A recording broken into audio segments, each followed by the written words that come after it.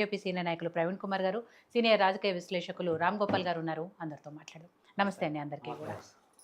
So Praveen గారు, నిన్న కిషన్ రెడ్డి గారు మాట్లాడుతూ ఏదైతే హైదరాబాద్ ఎమ్మెల్సీ ఎన్నిక ఉంది కాబట్టి ఆ సందర్భంగా ఆయన మాట్లాడుతూ పోటీలో ఉంటున్నాము, ప్రతిపక్షంగా ఉన్న మేము బీజేపీగా మజ్లిస్ పార్టీ మీద పోటీకి నుంచున్నాం, కానీ ఇక్కడ అధికారంలో ఉన్న కాంగ్రెస్ పార్టీ అలాగే ప్రధాన ప్రతిపక్షంగా ఉన్న బీఆర్ఎస్ పార్టీ మాత్రం పోటీకి నుంచోవట్లేదు. పైగా మజ్లిస్ పార్టీకి వాళ్ళిద్దరూ కూడా అండగా నిలుస్తున్నారు, మద్దతు ఇస్తున్నారు. లోపాయికారికంగా ఒప్పందం ఉంది, మూడు పార్టీలు ఒకటే అని చెప్పేసి కిషన్ రెడ్డి గారు కామెంట్ చేశారు. అట్ ద సేమ్ టైమ్ ఇక్కడ గెలుస్తాము అన్న కాన్ఫిడెంట్, ఎవరెన్ని కుట్రలు చేసినా కూడా గెలుస్తాము అనే కాన్ఫిడెంట్ ఉంది. ఏ లెక్క ప్రకారం గెలుస్తారు అనేది, ఎందుకంటే కార్పొరేటర్ల సంఖ్య చూసుకుంటే చాలా తక్కువగా ఉంది బీజేపీకి. అట్లాంటిది గెలుపు కాన్ఫిడెన్స్ ఎందుకు అంతగా ఉంది అనేది ఈరోజు ముఖ్యంగా ఎంఐఎం పార్టీ హైదరాబాద్ నగరంపై జరుగుతున్న అఘాయిత్యాలు కావచ్చు, వాళ్ళ ఆగడాలు కావచ్చు, ప్రజలను ఎక్కడ కూడా పట్టించుకోకుండా కేవలం ఎమ్మెల్యేగా గెలిస్తే, కార్పొరేటర్ గెలిస్తే చాలు, మనం ప్రజలను పట్టించుకోవాల్సిన అవసరం లేదని చెప్పి ఎంఐఎం గుప్తిలోకి తీసుకోవాలని చెప్పి చూస్తుంది హైదరాబాద్ నగరాన్ని.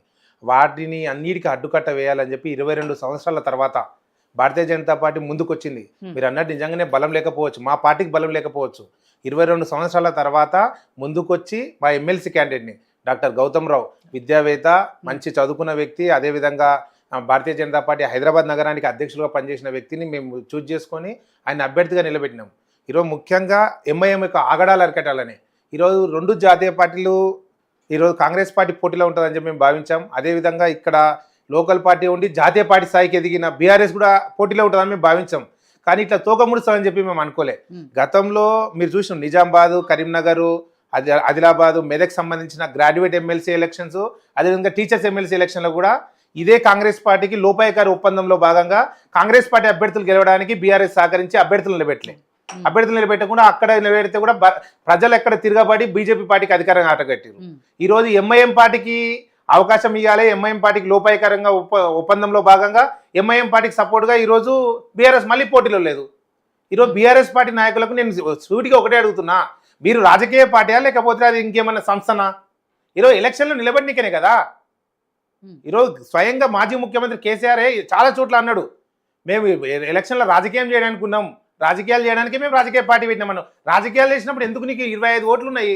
ఈరోజు 25 ఓట్లు ఉన్నప్పుడు ఎందుకు పోటీ చేయలేవు? ఈరోజు బీఆర్ఎస్ పార్టీకి స్పష్టంగా ఓట్లు ఉన్నాయి, ఓట్లు ఉన్నప్పుడు ఎందుకు పోటీ చేయలేవు? ఉన్నాయని మీరు అంటున్నారు, 25 ఉన్నాయి వాళ్ళకి ఉన్నది, ఎంఐఎంకి అక్కడ ఉన్నది 49.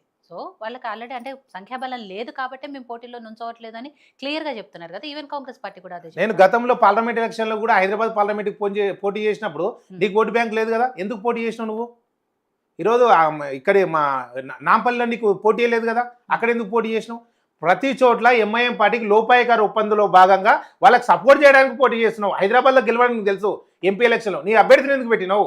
అభ్యర్థిని పెట్టి భారతీయ జనతా పార్టీ హిందూ ఓటు బ్యాంకును చీల్చాలని చెప్పి చీల్చి ఈరోజు ఎంఐఎం పార్టీ విజయానికి సహకరిస్తున్నావు. ఈరోజు ఎవరి తోడ్పాటు కోసం నువ్వు పోటీ చేసినావు? ఈరోజు ఎందుకు పోటీ చేస్తలేవు? నువ్వు పోటీ చేస్తే నీ ఒక విషయం తెలిసేది కదా. ఈరోజు ఓట్లు పెట్టుకొని ఎందుకు పోటీ చేస్తలేవు? మేము ముఖ్యంగా భారతీయ జనతా పార్టీ ఒకే విషయాన్ని అందరు ప్రజల దృష్టికి తీసుకెళ్ళాలి, కార్పొరేటర్ దృష్టికి తీసుకెళ్ళాలి. హిందూ ఓటు బ్యాంకుతో ఎవరైతే గెలిచిర్రో 80% హిందూ ఓటు బ్యాంకుతో గెలిచిన వాళ్ళే ఉన్నారు అందరూ కూడా. ఈరోజు కార్పొరేటర్లు కావచ్చు, ఎమ్మెల్యేలు కావచ్చు, ఎంపీలు కావచ్చు, హిందూ ఓటు బ్యాంక్ తోటి గెలిచిన వాళ్ళందరూ కూడా హిందువులకు సమాధానం చెప్పాలి. కాబట్టి హిందూ ఓటు బ్యాంక్ తోటి గెలిచిన వాళ్ళందరూ భారతీయ జనతా పార్టీకి పట్టం కట్టాల్సి అని చెప్పి ఈ ఎమ్మెల్సీ ఎలక్షన్లో మేము అడుగుతున్నాం. ఇప్పుడు వస్తుంటే దారి పొడున్నా కూడా ప్రజలందరూ కూడా బ్యానర్లు కట్టిర్రు, మా హిందూ ఓట్లతో గెలిచిన వాళ్ళు కదా, మీరందరూ కూడా భారతీయ జనతా పార్టీ ఓటేయండి, హిందువులకు ఓటేయండి. 15 నిమిషాల సమయం ఇస్తే హిందువులను ఊచకోత వస్తాన ఎంఐఎం పార్టీకి మద్దతు నిలబడతావా?